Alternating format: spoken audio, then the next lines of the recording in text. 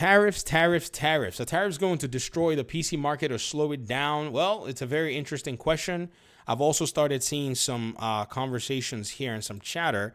Even an audience member going ahead to talk about how a friend of theirs was trying to basically build a new PC using PC Part Picker, and they wanted an NVIDIA 4070 and up, or an AMD 7800, and basically these are sold out. Then they said, a few of them are priced very high, and, for instance, an example, 4070 Super is going for $1,300. They also said that building a good 1440p gaming PC is going to cost you $2,000 right now. That could not be further from accuracy, because there are other options that are not $1,300 for a GPU. Welcome to the Video Game Fight School channel. It's very important that we do these educational videos. I like making videos talking about PCs, but majority of our audience, majority of my audience on this channel play on consoles. And sometimes I think because of the way the conversations have gone, some people misread you trying to actually provide educational knowledge about PC as you being elitist or you being they read it some kind of way. Now, the way I talk and the way I present information is the way I talk and present information. I can't help how you perceive it. I just want to throw out, the information out there and help. If you don't like the way my tone is, I'm sorry, I can't help. I'm not going to coddle you. For crying out the frick loud. Let's get the information out there. That's just one thing I wanted to go ahead and say. The second thing I wanted to go and say is this person that is looking at a $1,300, they're staring at $1,300 GPU in front of them to play at 2K is missing the point. This right here is AMD's 6750 XT. They've been making this particular GPU. XFX is going hard, and they are selling this GPU for $368. It does 1440. It says it on the box right there. And I know so because I also went ahead and invested in this particular GPU. In fact, in November, I made a build video showing you about my couch build. It's a small form factor PC, and there it is. It's in there.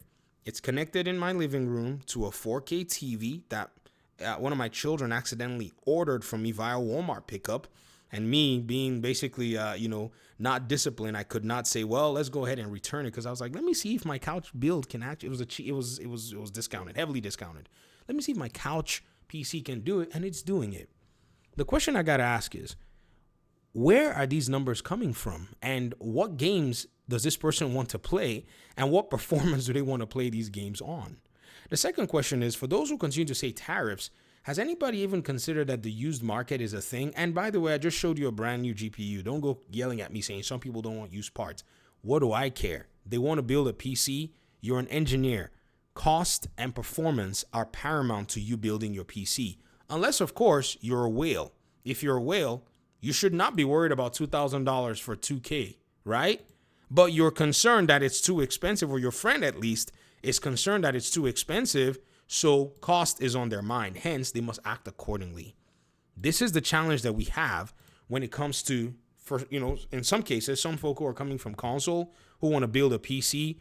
They go straight for the highest, most shiny, best performant PC ever, yada, yada, yada, not realizing that your console cannot do even 20% in terms of proprietary capabilities of these components that you're trying to buy. Just because they told you on the box of your console that you can do up to 4K, 120 FPS, or in the case of the old PlayStation 5 box, 8K media support and all that, that means jack squat.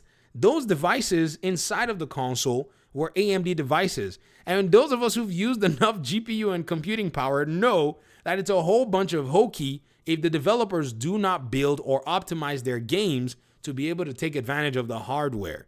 So again, this particular frame of mind first needs to be addressed and challenged, like in almost hand-to-hand combat. And then we can then realize and say, okay, what kinds of games do you want to play?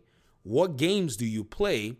And what games do you foresee yourself playing in future catalogs when they release?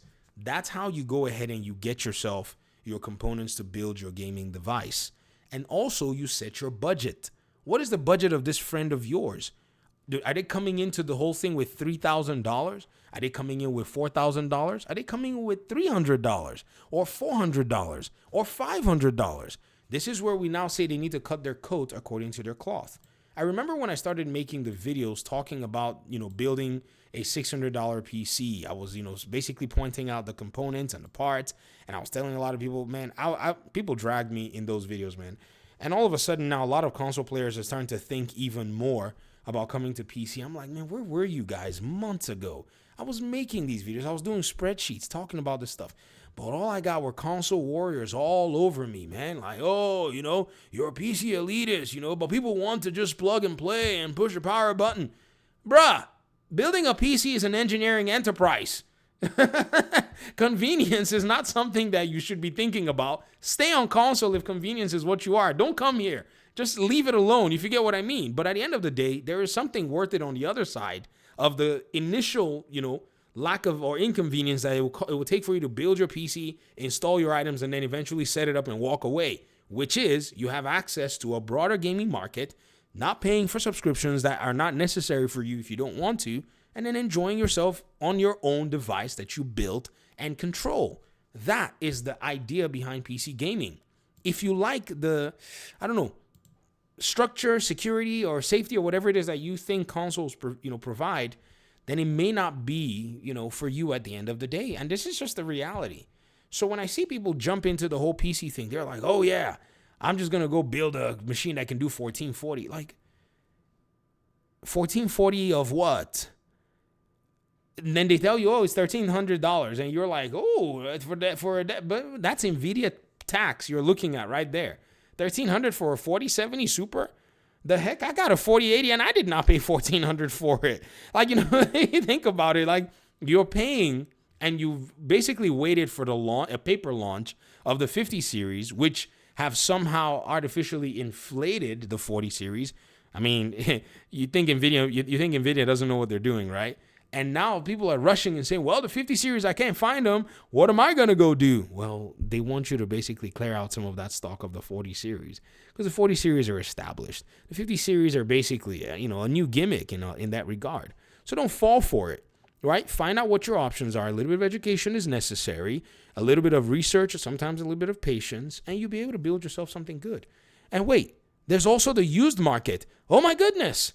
Ladies and gentlemen, the whole conversation about, buying PC parts or used parts or whatever, see, if you're new to it, maybe don't buy your CPU and GPU used. RAM, permission granted. Why? It's a small thing. If it breaks, replace RAM, no problem. Okay, motherboard, I don't know, man. Everybody is different. I'm the guy that goes into the stores, I look on their website, and I'm like, used motherboard. My 4090 is built on a device with a used motherboard. Fight me. I'm not here to impress anybody. I'm here to build a functional device, right? If you're here to build a functional device, then you'll build a functional device that suits your wallet. This is definitely something, and I see PC gamers all online just basically saying all this stuff, and I'm just looking at them. And when I talk, they yell at me. They're like, I can't believe you did that. And I'm like, I'm just going to stop talking to y'all because some of you are clearly crazy. Or maybe some of you are just loaded. You have unlimited funds, don't you? Okay, great. Not me, not your boy. If we had unlimited funds, we would not be on YouTube, huh? Don't you think? So that's understanding exactly what it is that you want to go ahead and spend on your PC. You create a budget and you stay within your budget. If your options are limited and you're not happy with them, buy a console. Simple. Actually, buy a Series S. That's the only console I'll recommend. I won't even recommend the Series X. I don't know why. I won't recommend the Series X.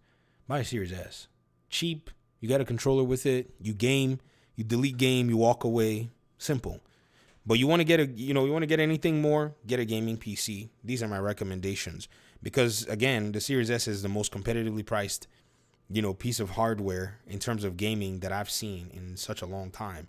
That's why it's the only console I'd recommend, because it's not trying to pretend to be something that it's not. It's the Series X and the PS5 and PS5 Pro that are cosplaying, in terms of machine capability. I'm not talking about their ecosystems. I think they were oversold Because on my Xbox Series Xbox, they were writing, oh, up to 4K 120 FPS with a little asterisk saying, for software that supports it. Almost like they're whispering to you that it may not just work on every game. And then on PS5, they wrote on my box, because I kept my boxes for these two games, by the way. They still are, hiding somewhere. They're writing 4K and 8K and all this stuff. And then when it came down to it, like, oh, well, yeah. We're not doing that. At least the Series S is like, hey, you're going to get 1080 and whatever it is that you get. Now, if you want to play 60 FPS, and the games you want to play on the Series S and X are 60, on either the Series X or PS are 60 FPS, then sure, maybe you can invest in those consoles. I'm not saying that, I'm against it or you should never do it or whatever. I'm just saying understanding and knowing your options are basically that. But if somebody's trying to tell you need to spend $2,000 for a 1440 PC, you need to laugh, okay? And then you need to basically go ahead and look at what the options are for 1440. Because if your GPU is $300, that kind of eats a whole $1,000 out of that so-called price point, don't you think? Talk to me in the comment section if you're interested. Thanks for watching. Talk to you all soon. Peace out.